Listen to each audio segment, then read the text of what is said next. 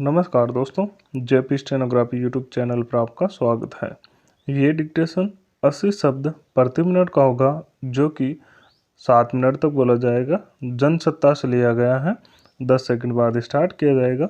दोस्तों, अगर आप चैनल पर पहली बार आए हैं तो चैनल को सब्सक्राइब जरूर करें, साथ ही बेल आइकन भी ऑन करते हैं ताकि आपको डेली नए नए शब्दों की डिक्टेशन और नोटिफिकेशन सबसे पहले मिलती रहे। Ready, start. देश में हाशिए के तबकों के परिवारों की बच्चियों के स्कूलों तक पहुंच सकने के कितने स्तर रहे हैं? उनकी राहों में क्या बाधाएं रही हैं? यह जगजाहिर है। आज़ादी के बाद से समय समय पर सरकारों ने लड़कियों की पढ़ाई लिखाई को लेकर कई तरह की योजनाएं लागू की, नीतिगत फैसले किए, लेकिन आज भी कई ऐसे पहलू छूटे हुए हैं जिनकी वजहों पर गौर करना बहुत जरूरी नहीं समझा गया और जिनके चलते बड़ी तादाद में स्कूली छात्राएं बीच में ही पढ़ाई छोड़ देती हैं। ये वजहें स्कूली पढ़ाई लिखाई में गुणवत्ता के सवालों से इतर कुछ ऐसी स्थितियों से जुड़ी हो सकती हैं जिन्हें निजी समस्याओं के तौर पर देखा जाता है, मगर वे स्कूली लड़कियों के जीवन और स्वास्थ्य को प्रभावित करती हैं। मसलन स्कूलों में लड़कियों के लिए साफ सुथरे शौचालय से लेकर माहवारी जैसे कुछ बिंदु उनके लिए विशेष इंतजाम की जरूरत को रेखांकित करते हैं। इस लिहाज से देखें तो सोमवार को सुप्रीम कोर्ट की ओर से राज्यों और केंद्र शासित प्रदेशों को यह नोटिस जारी करना बेहद अहम है, जिसके तहत माहवारी स्वच्छता को लेकर एक स्पष्ट नीति बनाने का निर्देश दिया गया है। गौरतलब है कि सुप्रीम कोर्ट में दायर एक जनहित याचिका में मांग की गई है कि स्कूलों में 6वीं से 12वीं की लड़कियों को मुफ्त सैनिटरी पैड दिया जाए और सरकारी सहायता प्राप्त स्कूलों में लड़कियों के लिए अलग से शौचालय की व्यवस्था की जाए।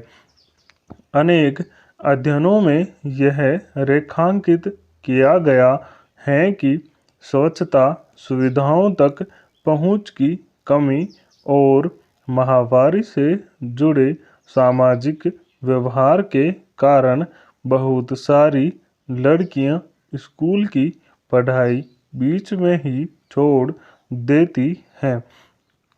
शिक्षा की सूरत बदलने को लेकर सरकारें समय समय पर अनेक नीतिगत फैसले लेती रही हैं और नए कार्यक्रमों की घोषणा करती रही हैं, लेकिन गुणवत्ता आधारित शिक्षा के सवाल के अलावा एक अहम पहलू यह है कि अगर इसमें लड़कियों की पढ़ाई लिखाई निर्बाध जारी रहने के लिए जरूरी कारकों पर गौर करने के साथ इसमें मौजूदा कमियों को दूर नहीं किया जाता है, तो कोई बेहद अहम पहलकदमी भी आधे अधूरे नतीजे देगी।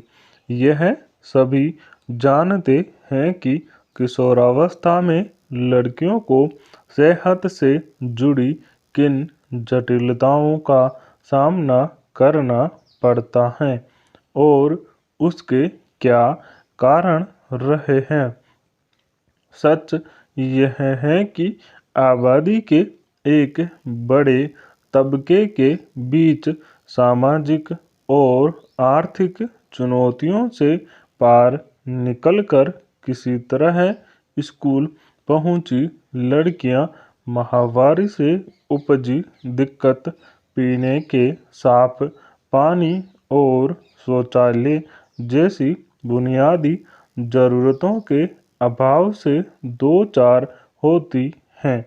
माहवारी में स्वच्छता सुनिश्चित करने के लिए जरूरी प्रशिक्षण और संसाधनों के अभाव के चलते वे अपेक्षित सावधानी नहीं बरत पाती। इसी तरह स्कूलों में अलग शौचालय का अभाव उनके लिए एक बड़ी समस्या होती है।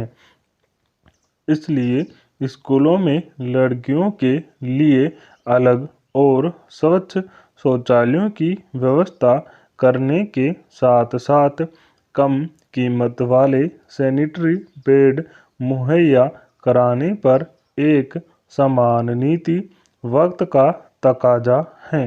इसके समांतर सरकार को इस सामाजिक जड़ता को दूर करने के लिए भी नीतिगत पहल करने की जरूरत है, जिसके तहत कई समुदायों में आज भी माहवारी को लेकर नकारात्मक धारणाएं हैं।